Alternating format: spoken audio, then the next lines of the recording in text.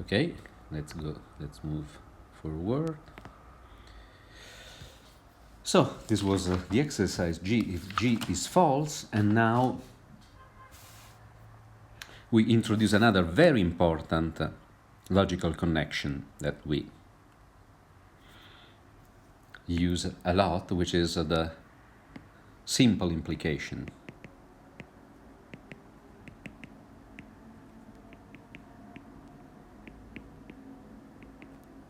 which is here.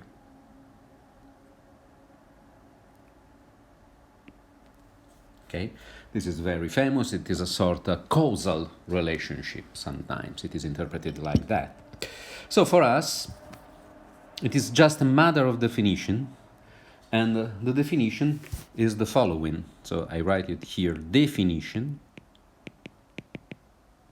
and the definition is P arrow, it's a sort of fat arrow, Q, sometimes read as P implies Q, is defined as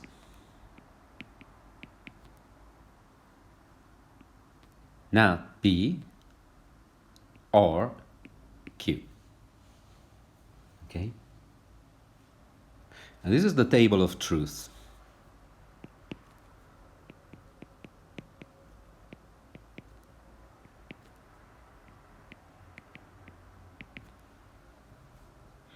The table of truth is very easy to be constructed. Let me do it.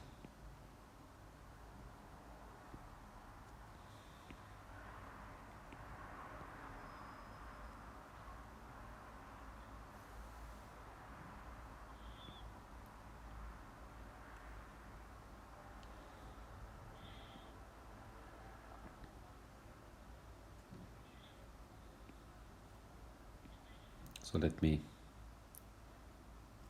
do a 4-column. So we have P, Q. I write it here also non-P, and then here non-P or Q.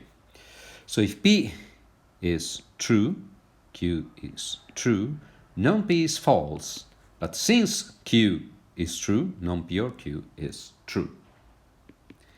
If P is true and Q is false, from non-P is false, so both non-P and Q are false. So finally, we have that the whole proposition is false.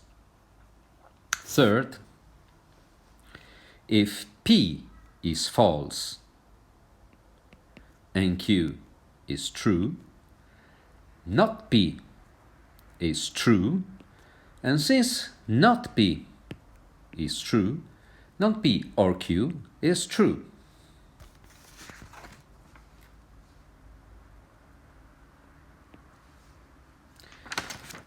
Finally, if P is false and Q is false, non-P is true, and then non-P or Q is true. So this is the table of truth of the simple implication. I want to stress that there is something curious here. The curiosity is that when P is false, regardless of what happened here, I don't know, but however, regardless of yeah, I want to escape from here.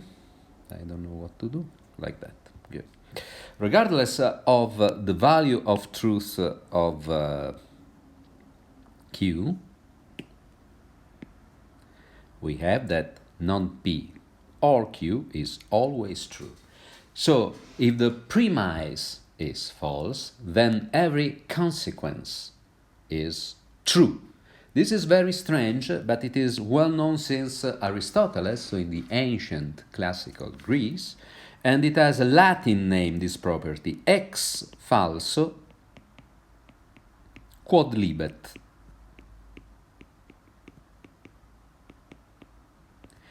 Which means that from a false premise, you can deduce logically every consequence that can be either true or false. This is not important, but you can do that.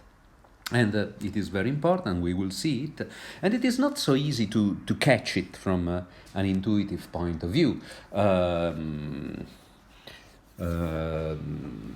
But for instance, what I can imagine is something like, if tomorrow it will rain, then I will bring my umbrella. Okay? This means that if tomorrow will be raining, I will bring it. So the mistake, it will be false if as tomorrow rains, I will not take the umbrella. This will deny our previous statement. But if tomorrow does not rain, in some sense I'm free of bringing the umbrella or not. So no conclusion denies the premise. And this is just a sort of intuitive, a speech way of realize this very strange ex falso quod libet. In any way, we will use it. Okay? Think of it a bit. I think if you never heard of that, you will be a bit surprised, because statement like Paris is the capital of UK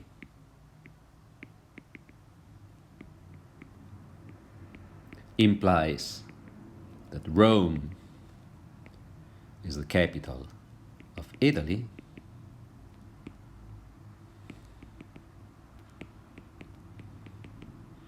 This statement is true. First time I saw it, I was very surprised, so I expect that you too will be very surprised. And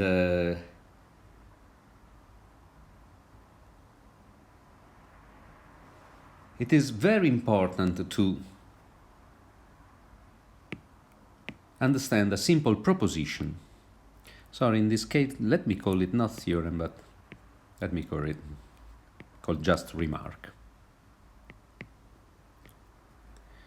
So, the statement P implies Q is logically equivalent to the statement non-P implies non-Q. Sorry, non-Q implies non-P. This is a mistake. Non-Q implies non-P. Let me prove it. Let me write it down. Indeed. You can do it by using the table of truth again, but it can be made faster by observing that if I consider non-Q implies non-P. So remember what is the definition of the fat arrow of the logical simple implication. It is non-Q or non-P. Okay, this is just the definition of the logical implication. But non-Q is Q. So here we are at Q or non-P.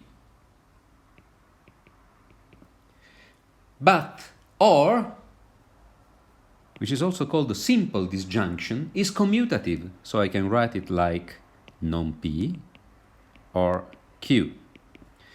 And non-P or Q is exactly the definition of P implies Q.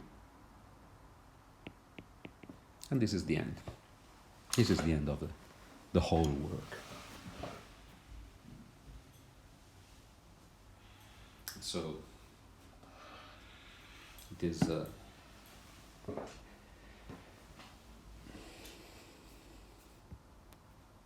a property that we will use a lot. And then the other connection is the double implication.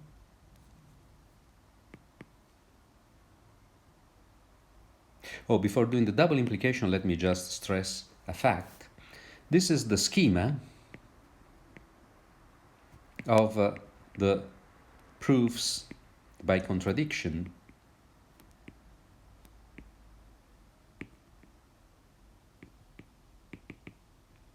we will use many of them.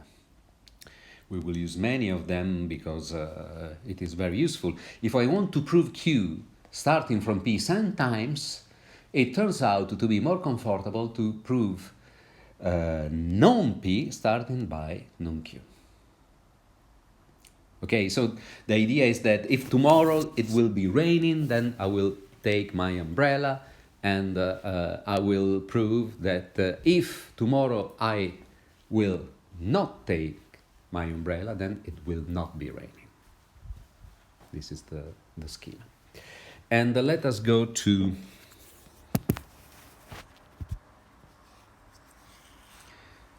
another logical connectivity, which is the double implication,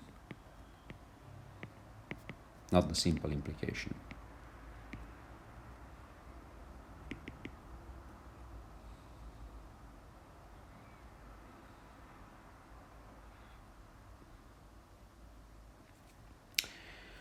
Is defined as P double fat arrow Q, and the definition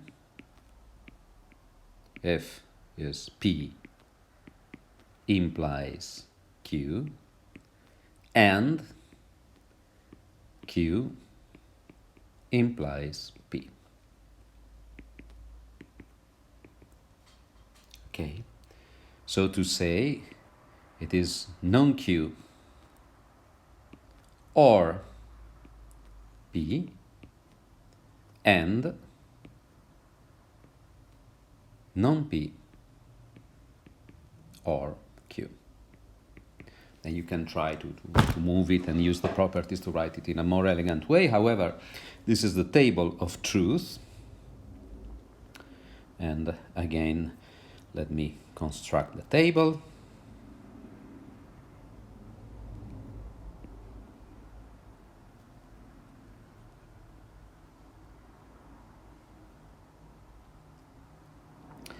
In this table you have P, Q, non-P or Q,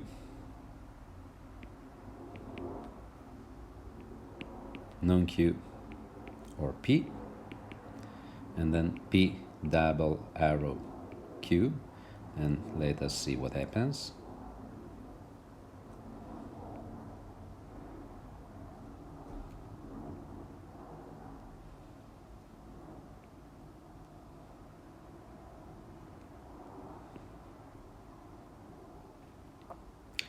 Here we have if P is true and Q is true, then non-P or Q is true, non-Q or P is true, and P double arrow Q is true. If P is true and Q is false, non-P or Q is false. Non-Q or P is true, but then since they are linked by an and, false the first statement, this is false. If Q is false and P is true, is like before, non-P or Q is true, non-Q or P is false, so the connection through the end of the two is false, and if both are false, then here the two following are true, and then we end up with true. So what happens? It happens that this double implication is true only when P or Q have the same value of truth. This is the idea. And this is also called equivalence.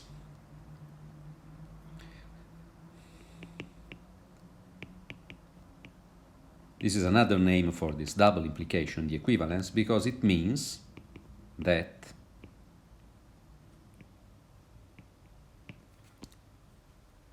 both P and Q must have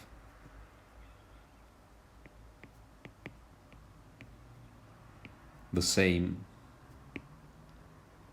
value of truth, which means that they are both true or both false. but they have the same value. Okay, truth or falsity. And so this is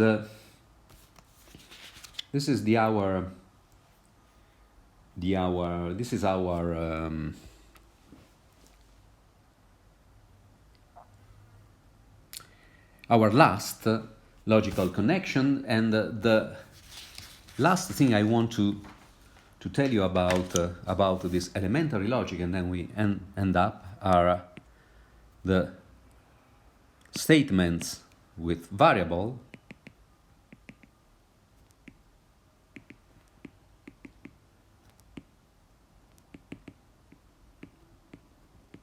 and quantifiers.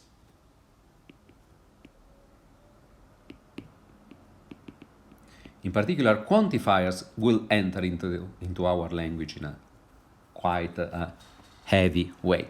So, statements with variables. So, if I consider a statement P, and I say that some x is the capital of Guatemala, for instance. I like very much Guatemala, so I like to cite it. Okay? P says X is the capital of Guatemala, and I cannot say whether this statement is true or false.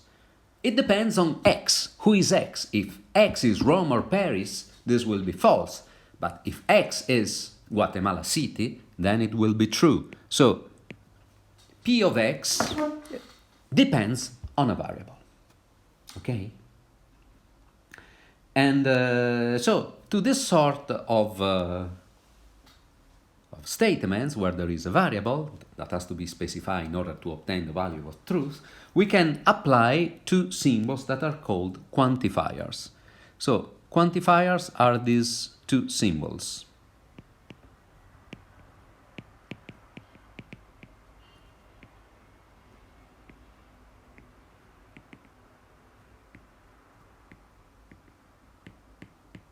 One symbol, it is the so-called universal quantifier.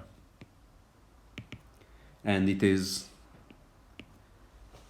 looks like that, and it is read like for all.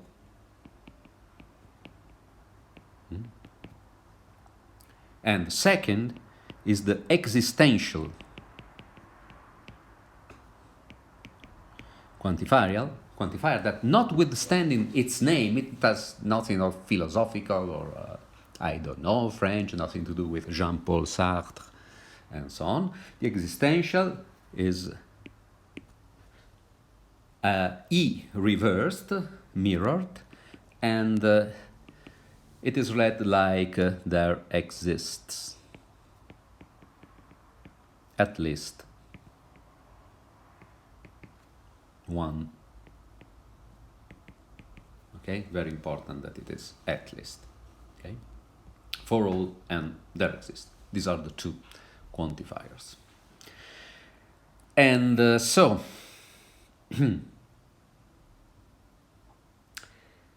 for instance,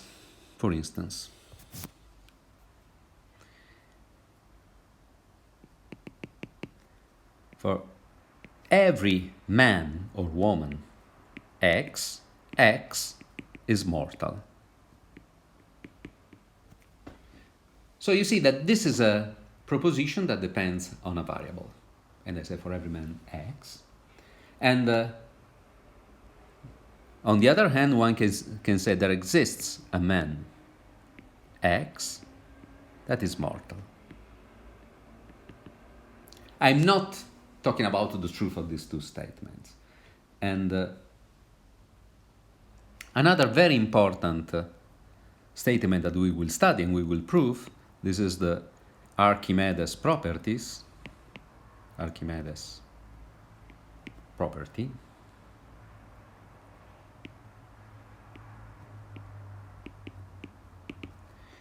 That says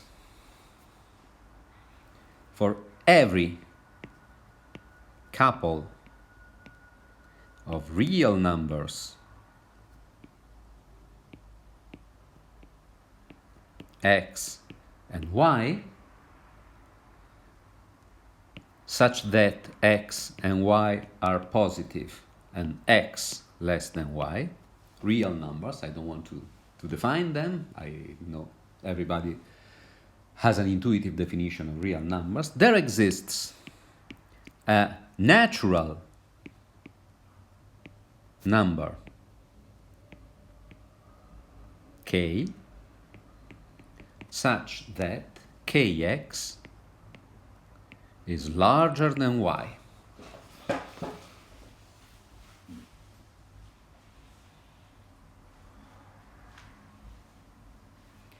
And okay, I give you the meaning here. The meaning is that you have two numbers. This is x and this is y. What Archimedes property says then that is that if you repeat x many times, even though x is smaller than y, after a sufficient but finite number of repetition, x, so that this line of repeated x will overcome the line of y. This is very simple, very intuitive. But notice the use of quantifiers.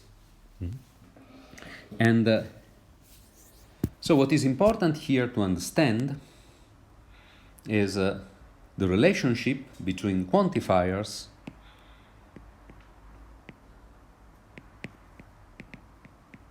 and logical connective, in particular the negation, the not, the denial. If you have not for every x man, x is mortal,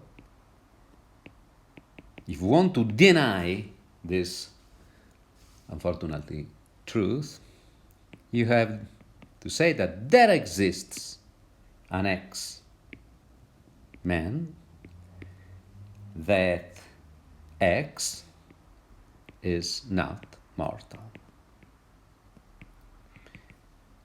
Okay? And now just don't think of the meaning of this statement, but think just of the fact that here the quantifier, which is a universal quantifier, thanks of the negation, thanks of the denial, becomes an existential quantifier. Vice versa, if you consider not, there exists a man x such that x is mortal, you want to deny the fact that there exists a man which is mortal, so you are saying that every man is not mortal. So this is mean that for every x man, x is not mortal. Again, the denial turns the one quantifier into the other. Okay? So not exchanges the quantifiers.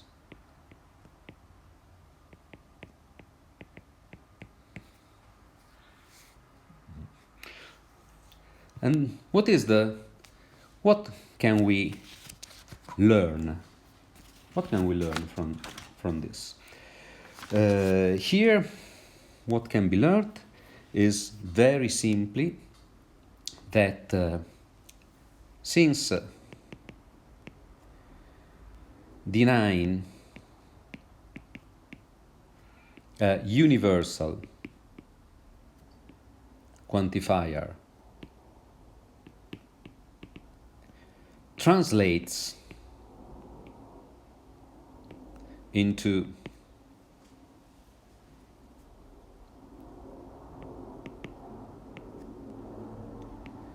an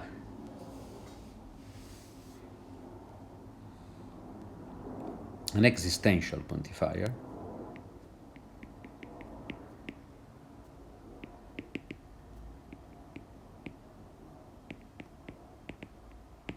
one can conclude that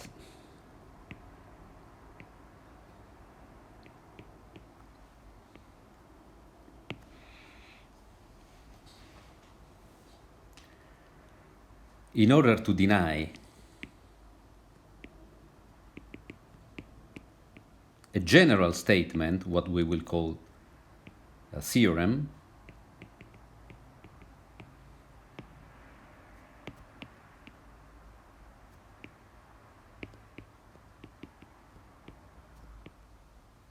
it will be sufficient to have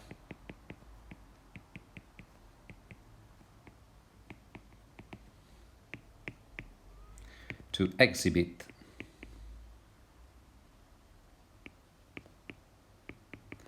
one single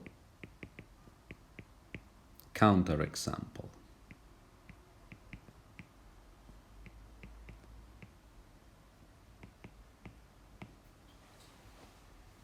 Okay,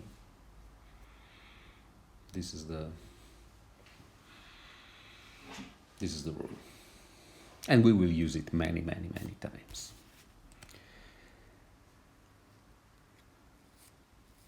And the last comment I want to tell you is the following.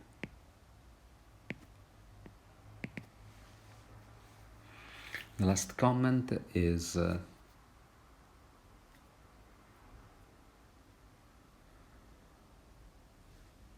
one has to be careful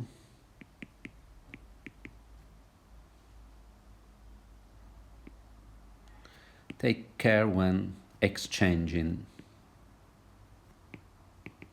the order of the quantifiers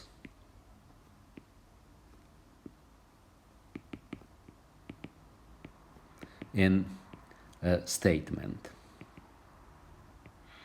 A typical application of this will be the limit.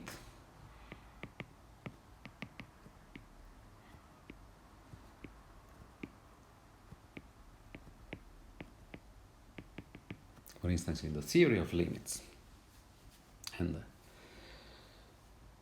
let us see this example.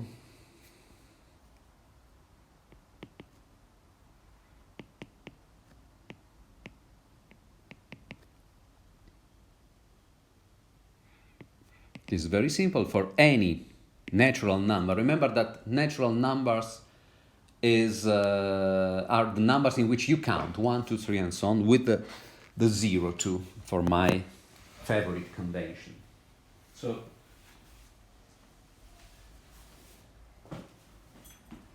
you have that for every natural number n,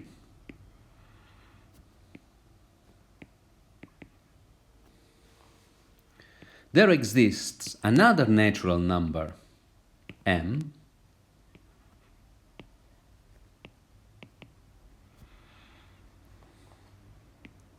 such that m is larger than n. And this is true. It is obvious. If you consider 1 billion, then you have 1,000,000,001, which is large. Okay, let us try to reverse the order of the two quantifiers appearing here. So if you have reversing the quantifiers,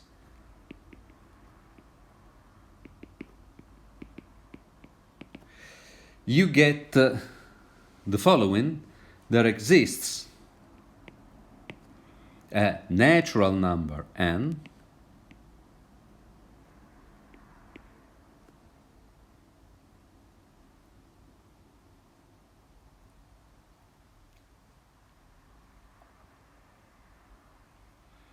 such that for every natural number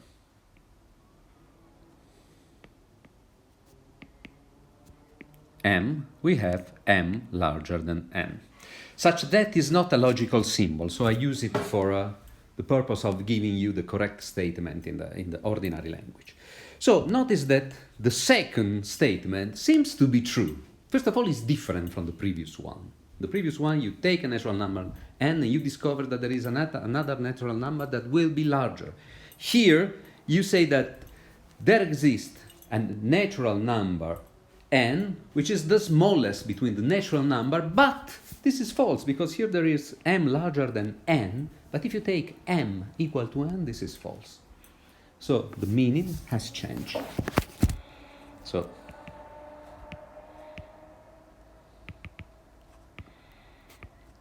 it is not possible to reverse the quantifier with no consequences, and then you have to be very careful on that. And now this is all for what concerns the logic. Let us go to where to take the variables. So let us go to the set theory, naive set theory. Let's go to the next video.